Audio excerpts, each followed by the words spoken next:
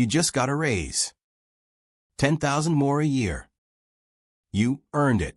You worked for it. So you upgrade the apartment. Lease a better car. Start eating out more. 6 months later, you're checking your bank account on payday and wondering where it all went. The number is bigger, but you feel exactly the same. Broke by the end of the month. Credit cards creeping up. Living check to check. Welcome to the high earners trap. Here's what nobody tells you. Making more money does not fix money problems. 62% of people earning over $300,000 a year still struggle with credit card debt. If you're making 6 figures and still stressed about money, you're not failing. You're caught in a system that is designed to scale with your income. This is educational, not personal financial advice. The data is surprising. 50% of households earning over $100,000 carry credit card debt. But it gets more specific. 38% of those making 6 figures actively carry balances month to month. And here's the part that matters. 72% of them have been in debt for at least a year. These are not people who lack income. They lack a system. Let's start with the obvious question. How does someone making $100,000 a year end up in credit card debt? The simple answer is lifestyle inflation. You've probably heard it called lifestyle creep. It is the silent wealth killer. Every time your income goes up, your expenses rise to match. You get a raise, you upgrade your life. New apartment, new car, nicer restaurants, better vacations. None of it feels reckless in the moment. It feels earned. But here's what happens. The typical American household earning around $100,000 spends about $6,400 a month. That is $77,000 a year. Add taxes, and you are already close to break even. Now layer in a car payment, student loans, and credit cards, and suddenly 6 figures feels tight. You are not overspending on luxuries. You are just living what society tells you is a normal middle-class life. And it is expensive. The credit card industry knows this. When your income goes up, your credit limits go up. You go from a $5,000 limit to $15,000, then $25,000, then $50,000. The bank is not doing you a favor. They are giving you more rope. Higher earners get approved for multiple cards with massive limits. And because you have the income to cover minimums, you start using them. A little here for travel. A little there for furniture. It adds up fast. Here is the math most people miss. Let's say you have $20,000 in credit card debt. The average interest rate right now is around 22%. Your minimum payment is probably $500 a month. Feels manageable, right? You can afford $500. But if you only pay the minimum, it will take you 35 years to pay off that debt. You will pay over $58,000 total. Almost 3 times what you borrowed. That is the minimum payment trap. Let me give you another scenario. $50,000 in credit card debt at 20% interest. Minimum payment of $1,250 a month. If you pay only the minimum, you are looking at over 44 years to pay it off and nearly $150,000 in total payments. This is not an exaggeration. This is how compound interest works against you when you only pay minimums. The trap is psychological. You see the minimum payment, and your brain says, I can handle that. $500 a month? No problem. $1,200? Tight but doable. You never calculate what it actually costs you in time and interest. The credit card company does not want you to. They design statements to show you the minimum. The full cost is buried in fine print. Now, let's talk about why high earners fall harder. It is not just lifestyle inflation. It is something deeper. When you make good money, you feel pressure to look like you make good money.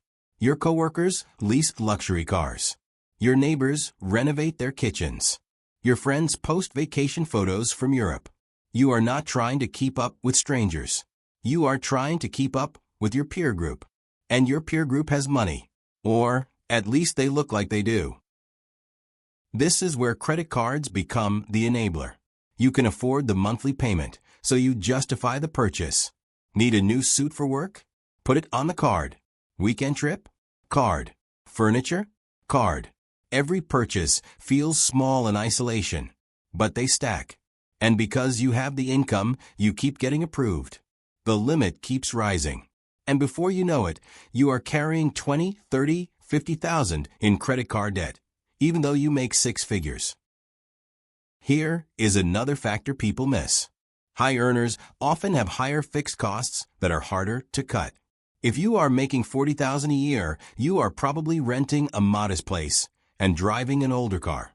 If you are making $120,000, you might have a mortgage on a nice house, 2 car payments, private school tuition, and higher insurance premiums. Your baseline is higher. So when an unexpected expense hits, you reach for the credit card because cutting fixed costs is not fast or easy. Let's talk about credit utilization. This is the ratio of your credit card balance to your credit limit. It makes up 30% of your credit score. If you have $10,000 in total credit limits and you are carrying $5,000 in debt, your utilization is 50%. That is high. It will hurt your score. The rule of thumb is to keep utilization under 30%. But here is the irony. High earners often have high limits, so even large balances can look like low utilization.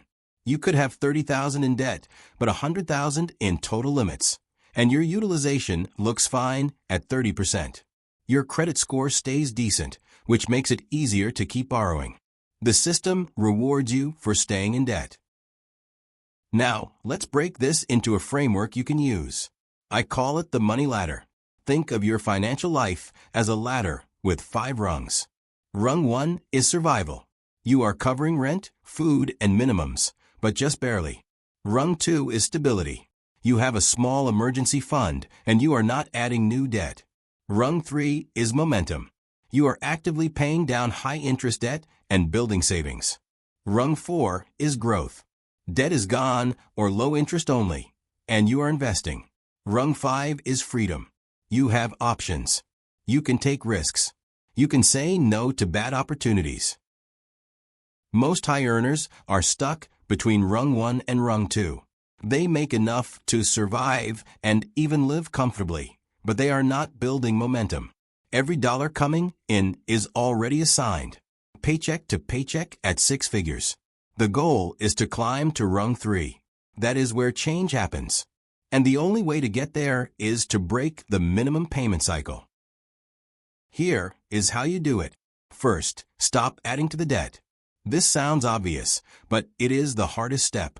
If you are using credit cards to fill gaps in your budget every month, you are in a hole that is getting deeper. You have to plug the leak before you bail out the boat. Look at your spending for the last 3 months.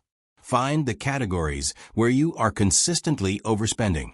That is where lifestyle inflation is hiding.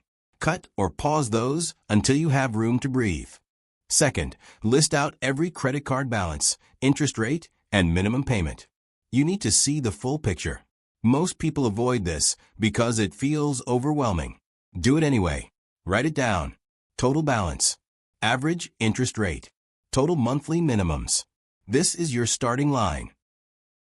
Third, choose a payoff strategy. There are 2 main methods. The avalanche method means you pay minimums on everything and throw extra money at the highest interest rate card first. Mathematically, this saves you the most money. The snowball method means you pay minimums on everything and throw extra money at the smallest balance first. Psychologically, this gives you quick wins. Both work. Pick the one that fits your brain. If you need motivation, go snowball. If you want pure efficiency, go avalanche. Fourth, find the extra money. This is where high earners have an advantage. You probably have some flex in your budget. Cancel subscriptions you do not use. Cut back on dining out by half. Pause the luxury gym membership. Skip one vacation. None of this has to be permanent. You are not becoming a minimalist.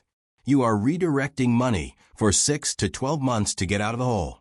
If you can find an extra $500 a month, you can cut years off your payoff timeline. Let's run a real scenario. You have $20,000 in debt at 22% interest. Minimum payment is $500. If you add just 200 more per month, so 700 total, you paid off in 3 years and pay about $7,000 in interest instead of $38,000. That extra 200 saves you $31,000 and 32 years. That is the power of going beyond the minimum. Here is where high earners mess up. They try to do everything at once. Pay off debt, max out retirement, save for a house, fund the kids' college, and keep the same lifestyle. You cannot. Not at first. The smartest order is this. Build a small emergency buffer. 1 month of expenses. Then attack high-interest debt. Everything over 15% needs to go. Once that is gone, build your emergency fund to 3 months. Then you can start balancing debt payoff with investing and other goals. Trying to do it all at once is why people stay stuck. Now, let's talk about the mental shift. High earners often feel shame about credit card debt. You make good money. You should have this figured out. So you hide it. You do not talk about it. You keep swiping and hoping it works out. That shame keeps you trapped. The truth is, income and financial literacy are not the same thing. You can be great at earning and terrible at managing. Most people are. That is not a character flaw. It is a skill gap, and skills can be learned. Here is a quick test.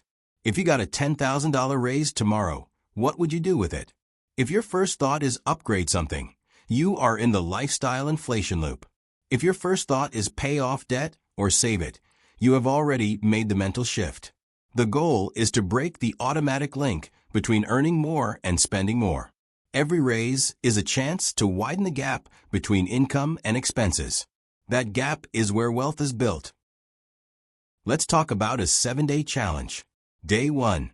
Write down every credit card balance, interest rate, and minimum payment. Day 2. Calculate how long it will take to pay off each card at minimum payments.